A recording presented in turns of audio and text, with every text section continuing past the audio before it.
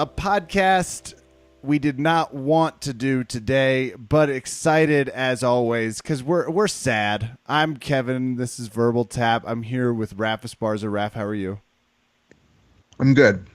We also all things considered, yes. Oh, okay. I thought you were taking another bite of cookie, so I was going to jump in. No, I'm not eating a cookie. Listen, based off of our show today, it seems wrong to not be eating a little bit and enjoying my life, as one should. But why don't we get to who's on here, and then that'll make more sense. Mark Shipper, a friend of the podcast from way back, okay person from Chicago, here to chat with us. Mark, how are you doing this afternoon? I'm doing great. Even better after that introduction. That was amazing. Thank you. Yeah, I mean, okay person from Chicago is like a fair compliment. Mm-hmm. We have gathered to pay some jiu-jitsu, some fat kid, some people that ultimately dream about just traveling the world to eat and drink and do this. Like, that's the three of us. That's a dream. To honor fallen jiu-jitsaka. Am I using that right? Anybody? Mm-mm. No, that's not right. Perfect. Mm-mm. Jiu-jitsu fighter, Anthony Bourdain. Mark, you had the chance to train with him and talk to him a little bit and did a great interview. DNAinfo.com. You can find it. Search for the Anthony Bourdain. Give us your impressions, your thoughts from someone that got to chat with him, spend some time with him. He was different than I thought he was going to be. I'm actually working on a piece. It's kind of a private piece for now. I'll put it up on my website. I will let somebody publish it if they like it. But one of the things that I remember most is him not being how I thought he was going to be. I'd seen him on TV, and I thought he looked a little bit like an arrogant, tall New Yorker who was a fairly cocky guy. He's got that long, gated walk. He swings his arms. His head's held high, and he seemed like kind of a smartass.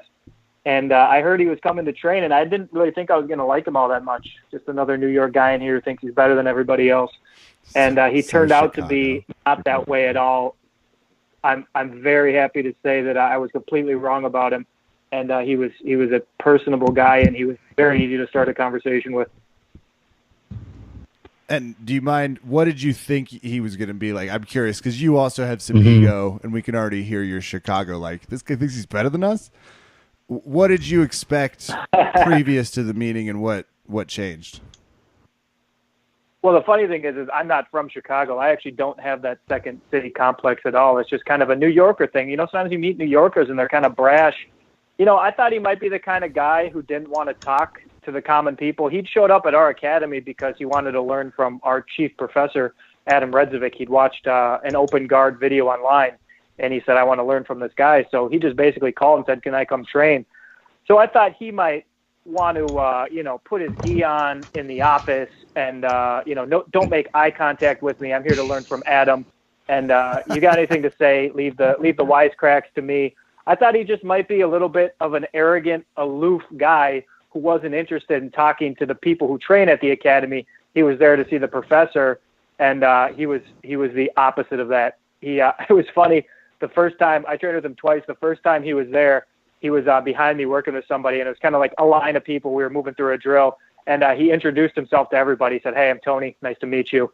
And, of course, everybody in the room knew exactly who he was. Everybody's eyes were bugging out of their head, and they were starstruck. And when somebody looks somebody in the eye and says, my name's Tony, and shakes their hand, that gives you a pretty good idea of the kind of ego they're carrying around, which is to say he didn't bring one into the academy. Had you ever seen any of his episodes? Did you ever, I'm just trying to figure out where the vibe is where you go, this douchebag.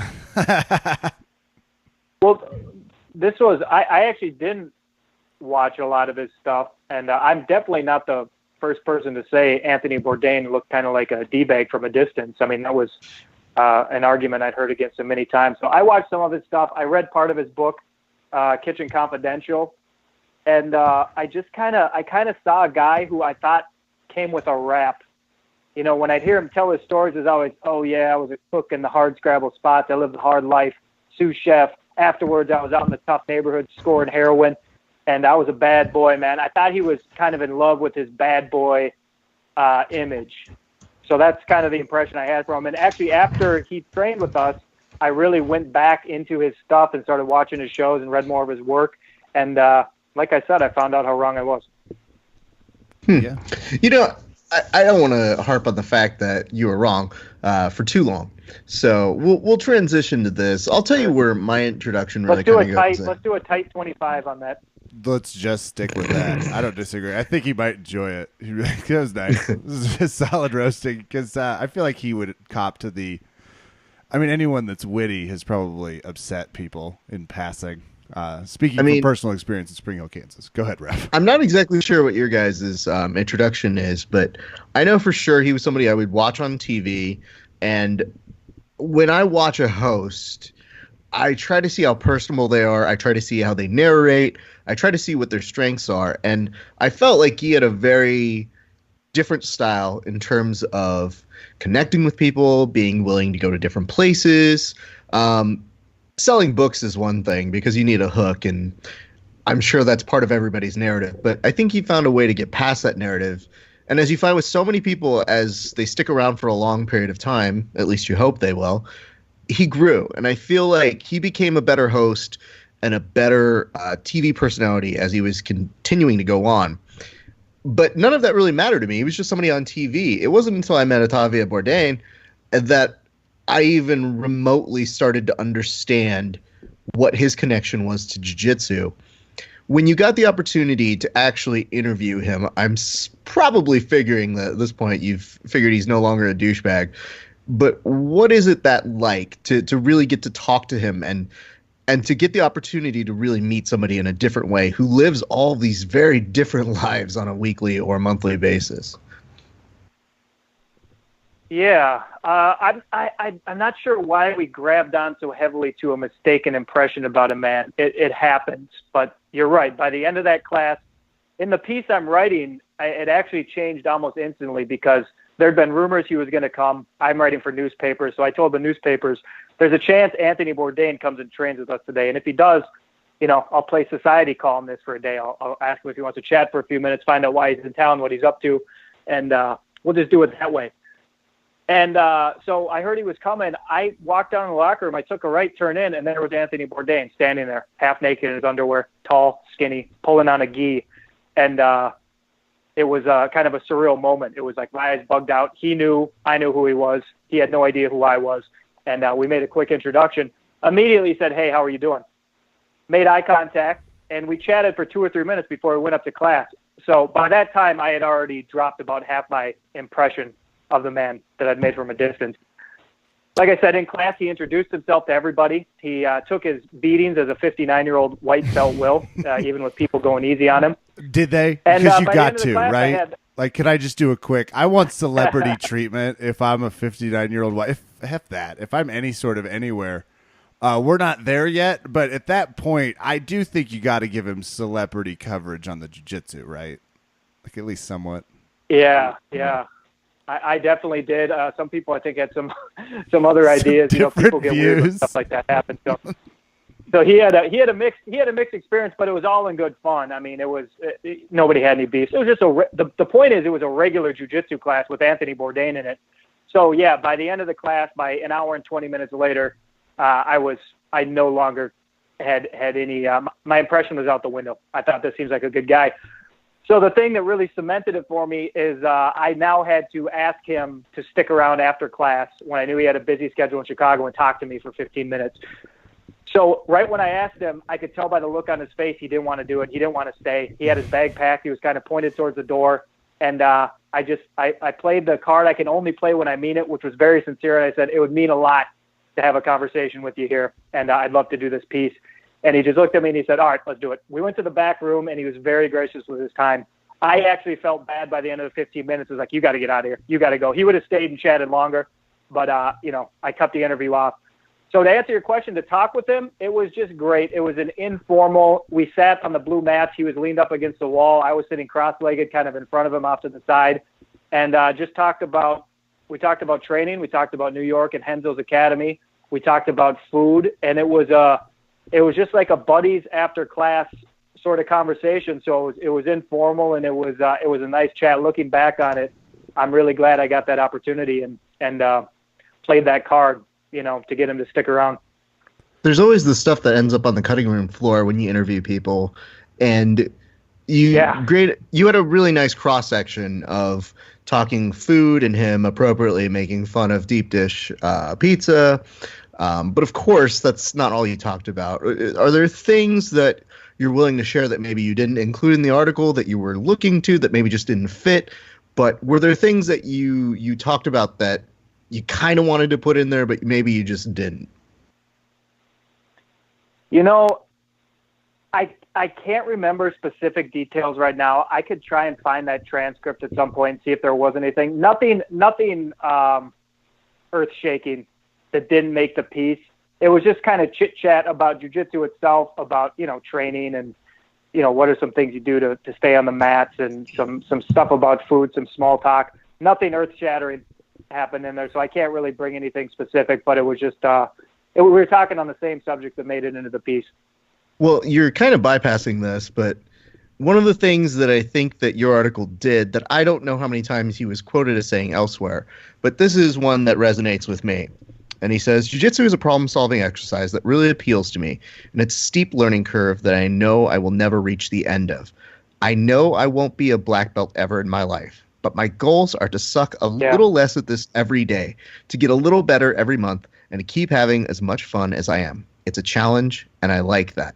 I've seen that quotation being used a number of times for different things, but I feel like a lot of it stems from that article. And I feel like so many people, if you really want to get to the crux of what made him special to us in our sport, because a lot of people can lay claim to him. He's huge in the food industry. He's huge. He's an Emmy winner in the entertainment industry.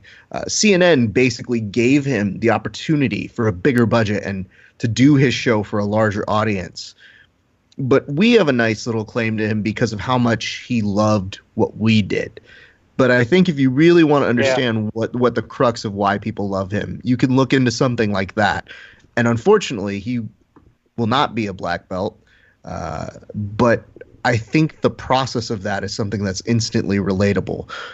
Is that something that you found even in the reaction when people started sharing the article? Because it went viral and people shared it because they wanted to know the mystique of what it was like to train with him.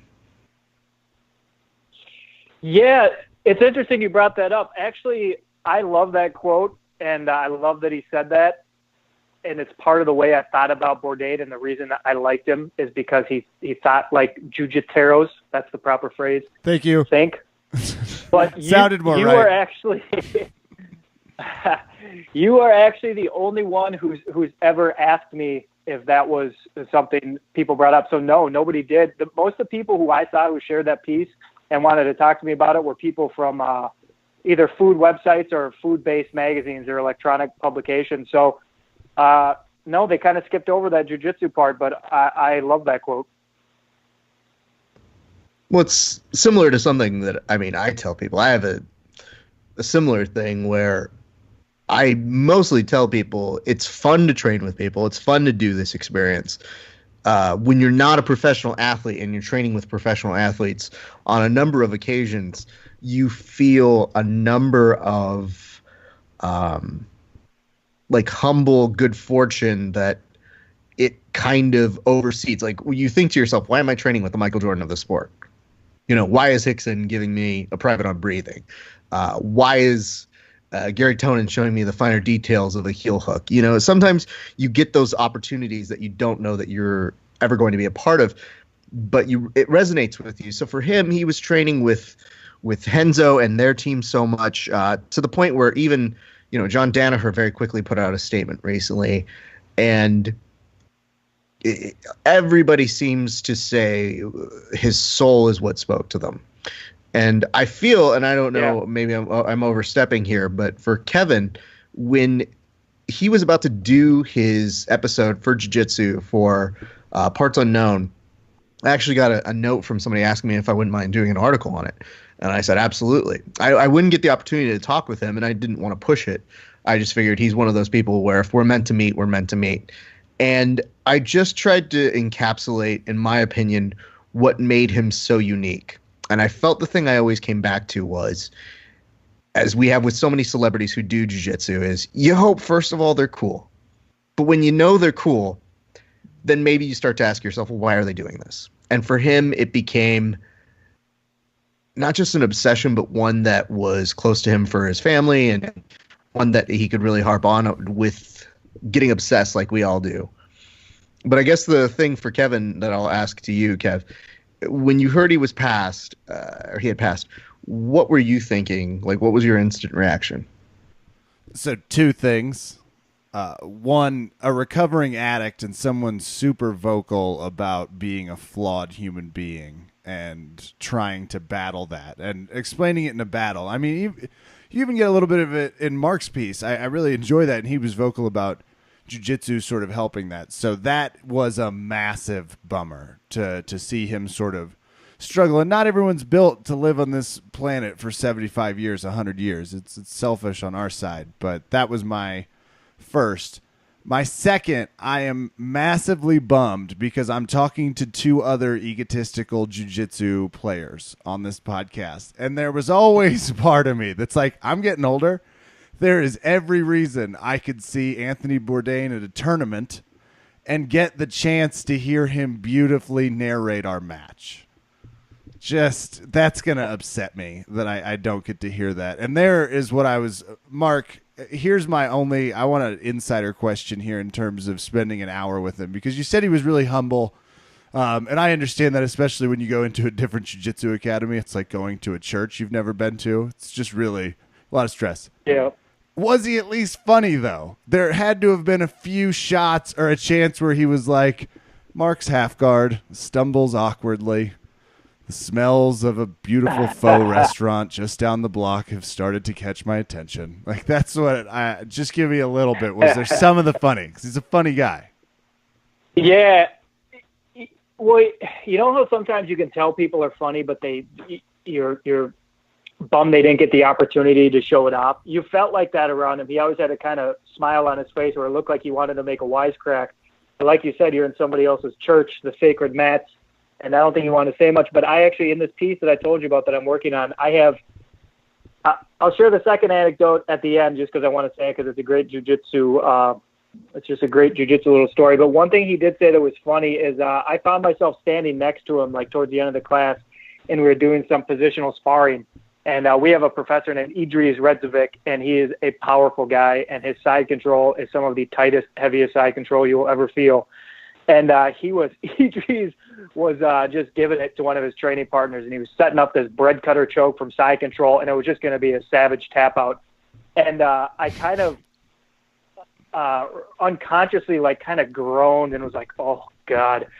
And I saw Bourdain looking at him in the corner of my eye, and I saw him and I said, yeah, that's Professor Idris' side control. And he looked at me and he said, I don't think I want the Idris side control.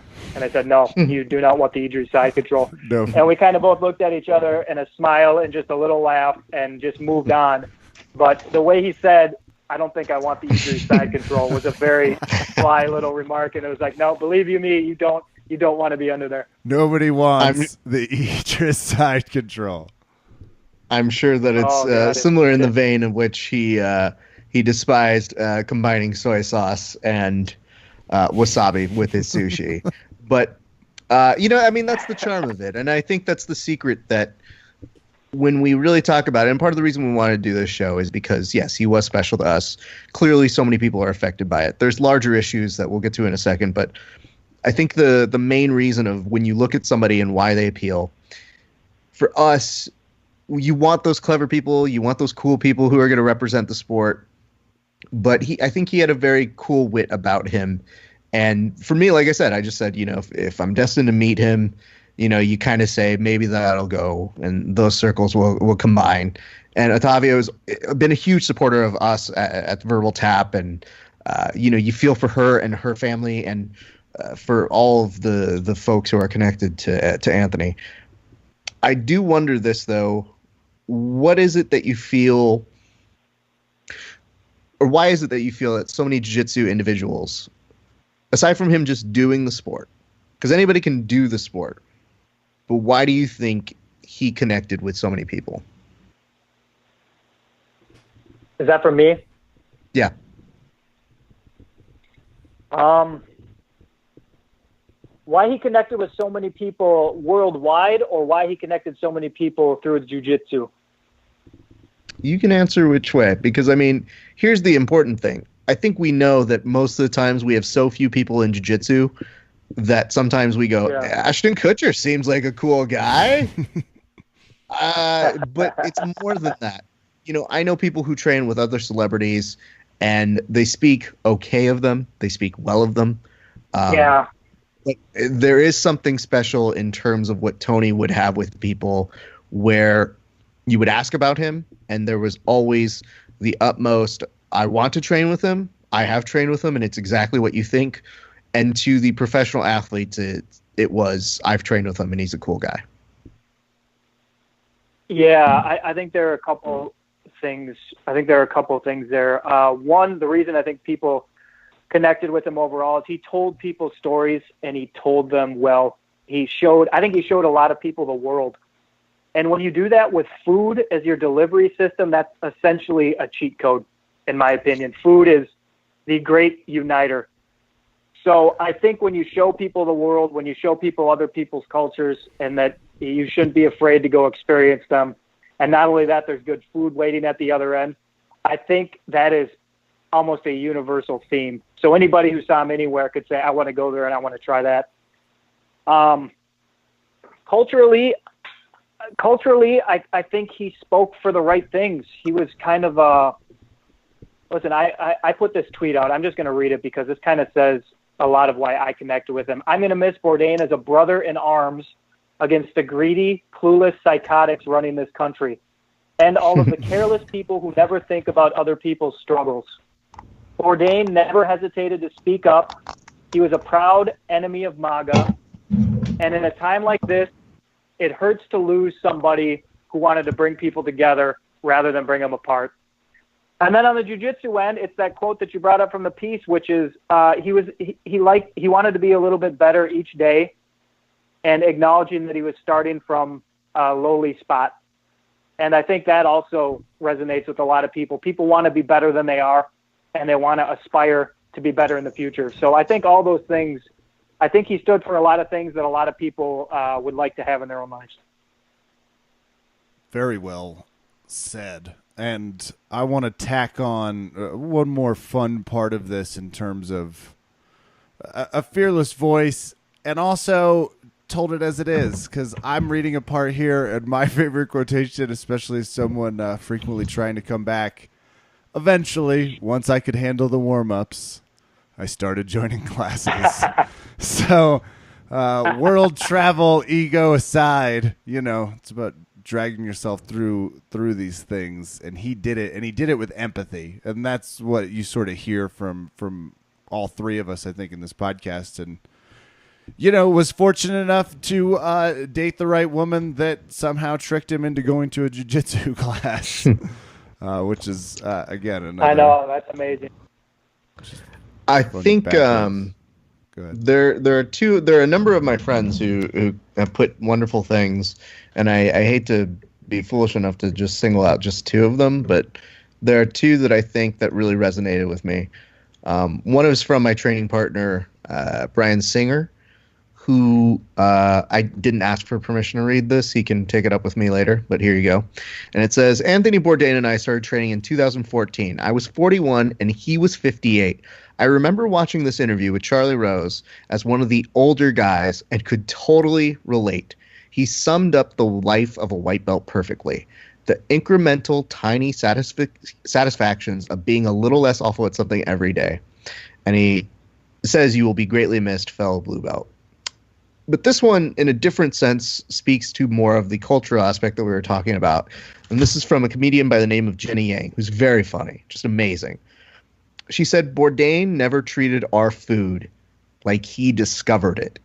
He kicked it with grandma because he knew that he was the one that needed to catch up to our brilliance. I wish so much for his legacy to take hold in Western, mostly white food media culture. What a loss. I'm so sad. I think that speaks to two very different groups of people who could very well get behind him. You know, obviously the jiu-jitsu folks, we love the people who train with us. But I also like the fact that other cultures when you go there and you ask questions, and much like you and your culture of going to your gym and not trying to be a star and impose your celebrity upon things and strike conversations that resonate and that are real, I think you leave a lasting legacy. So when you really speak about the idea of what does this all mean, you don't know how long you have on this earth. So you really want to make the most of it. And I think when you look at what he's left behind, he's left us years of really, really good television. A lot of exposing people to different ideas, concepts, food, cultures, obviously. But before we start to sign off here, I would like to ask you, do you have any lasting thoughts? And if you plug your article one more time, I'm just gonna lose it here. I've mostly Mark. plugged his article, but I will let him plug the next article. We will. That's accepted. I mean, I'm not talking that article. I'm saying his upcoming article. I don't mind talking about things that have already happened. Oh, you like the past one? You don't want the future one. because he does this thing where he's like, "Oh, hey, I would tell you guys, but I'm writing something," and it's like, "Well, great job." Someone tell So, BuzzFeed Mark, to just get the man. Except what did I do though? What did I do? I've shared multiple parts out of an upcoming piece, so that's how highly I think of you guys. You can't help it. Yeah, it's his passionate side. Yeah, Mark, give us your sort of final thoughts, and thank you again for joining today to talk a somber, but I don't know, what speaks out to you? Of the shows, anything specific memory-wise? Give us maybe just hatred of deep dish. Well, let me say this. I'm not a big deep dish guy either. Like I said, I'm not from Chicago, so for me, that deep dish was a big surprise in its own right to me. Yeah, I'll say just a couple of quick things. One is I was amazed at the amount of people. We have a little chat group at our academy with some good friends, and man, there was a lot of sadness this morning. I got a text very early in the morning about the suicide, and then I got 4 or 5 more from people I'm not always talking to. So it hit a lot of people, and we've been going back and forth with we've been in our feels a little bit, just talking about what he meant and what about him we're going to miss. So he made an impact, and what he did, his shows in terms of their universal themes and the places he went and the issues he discussed, because he talked about, genocides and cultural strife and wars and how people repaired themselves. I think his work will endure like a good book. I think you'll be able to put his stuff on in 25 years and find it just as fascinating as you did when it aired live on TV. So I think he did great there. And then the one other thing I want to share is just the last anecdote from the last time I saw him at the academy and the last time I had a chance to train with him.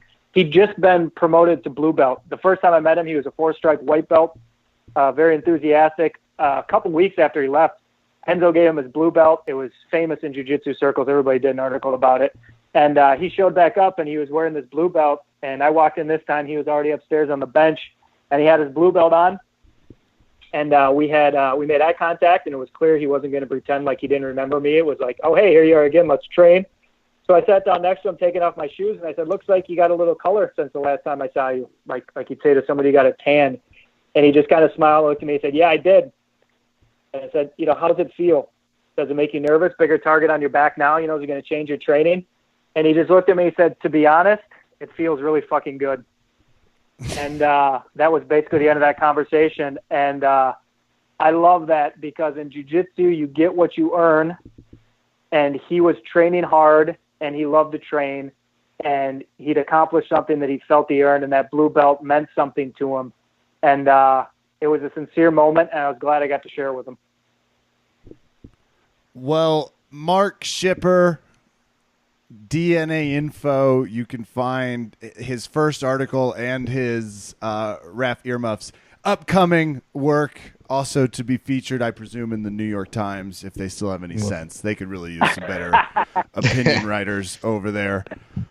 Just one man's opinion. Thanks for swinging by the podcast today, sir. Where people can hold on. I just had your Twitter handle. It's something about my pros. Nope, my times pros. Got it.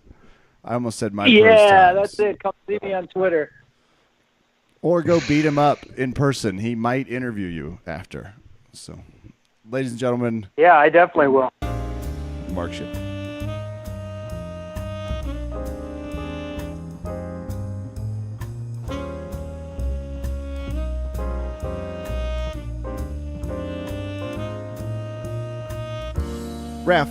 your dream, you would replace Letterman, right? Like that's kind of you want to do the late night side. I would love to get that conversation. I think someone has replaced him. You know what I'm saying? No, Yeah, I know no one's replaced him. I love Stephen Colbert. Love him. I think they did that handoff of the baton, and I missed it. Don't bring it up anymore. It's fine. I'm not bitter or anything like that. I don't have a show. I mean, I have my show, but I don't have a network show. Anyway, this isn't about me, okay? My point is that's like your 1A.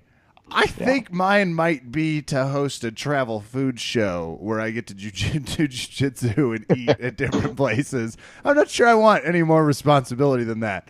Especially since the narrating afterwards, it's like, that's genius. Let's just get footage. I'm going to get wrecked. And then we'll spruce it up when I come sober for 3 to 5 days. To be very blunt, though, Kev, I know we mentioned the episode, but we didn't mention as much as we should have in terms of him just saying, yeah, I just told them they have to do an episode on jiu-jitsu. I forced them to.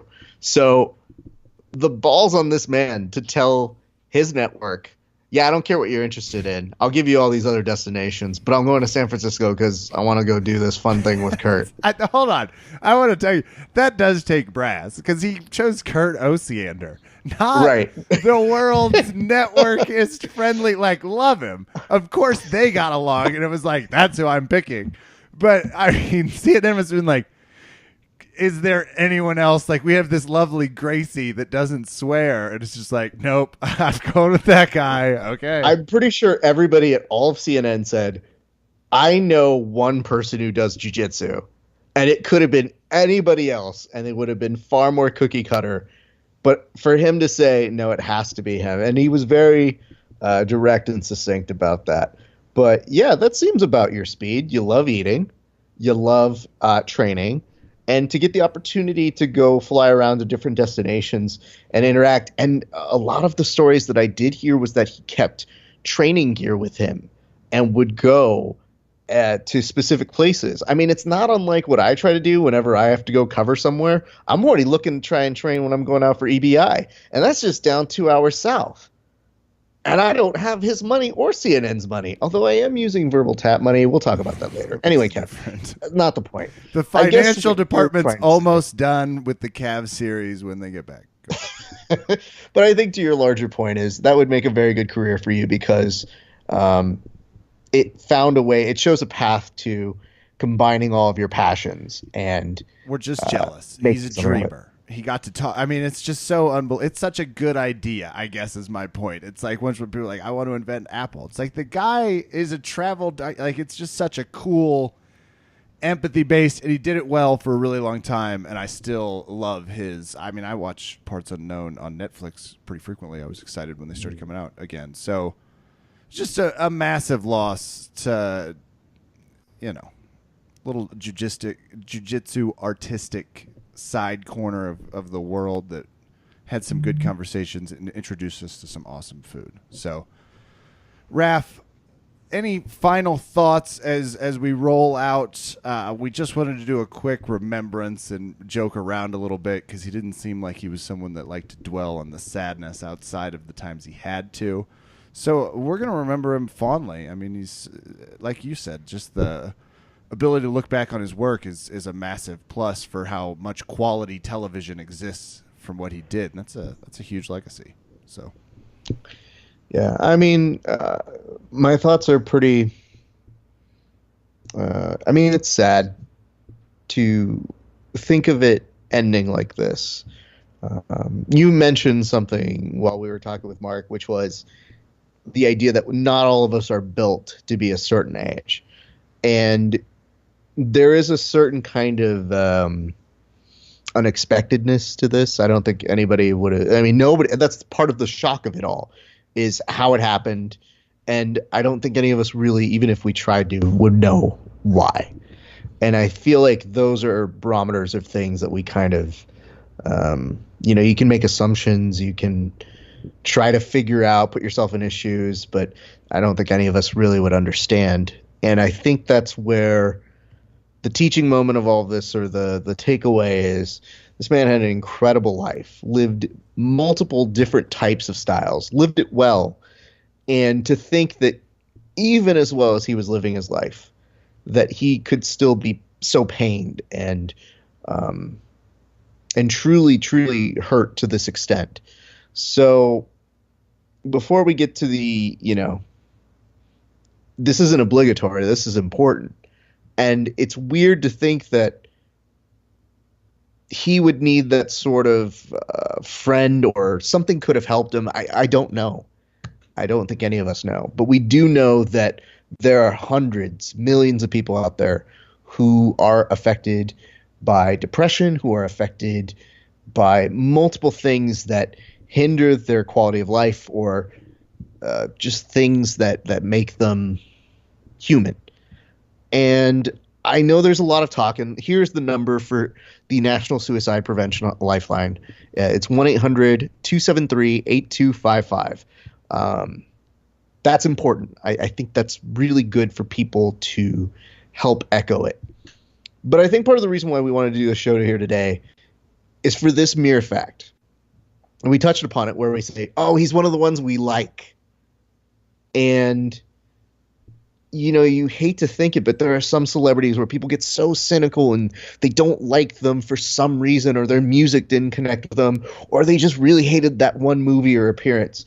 But I think with Anthony Bourdain, it is my hope that we can use the fact that he was some great ambassador for food, for culture, for art, for TV, to make the case that it doesn't just begin with someone reaching out and making the call themselves. Sometimes they aren't capable of doing that sort of thing themselves. It really does connect on being as good of a person to other people.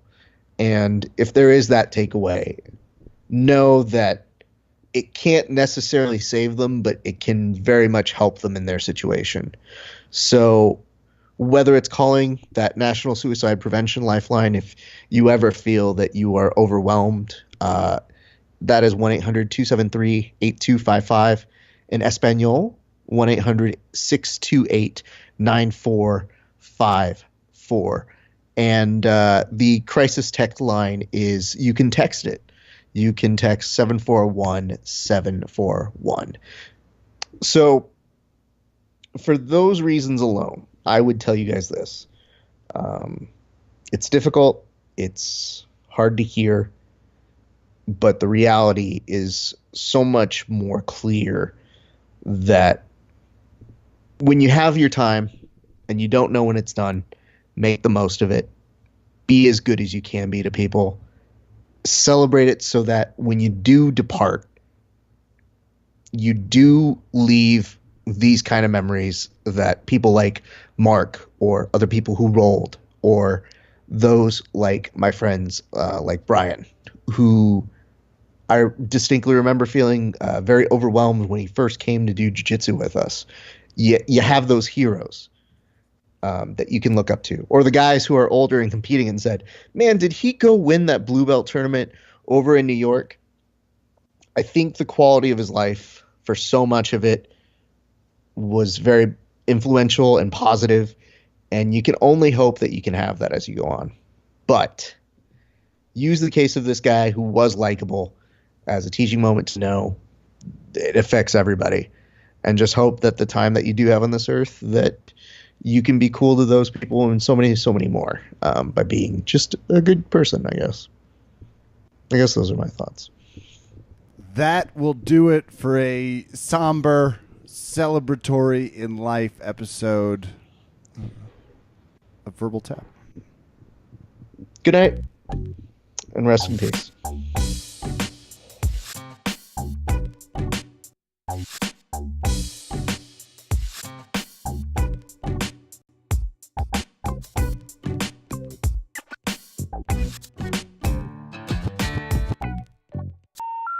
The number you have dialed has been changed. The new number is... Please note, the new number is...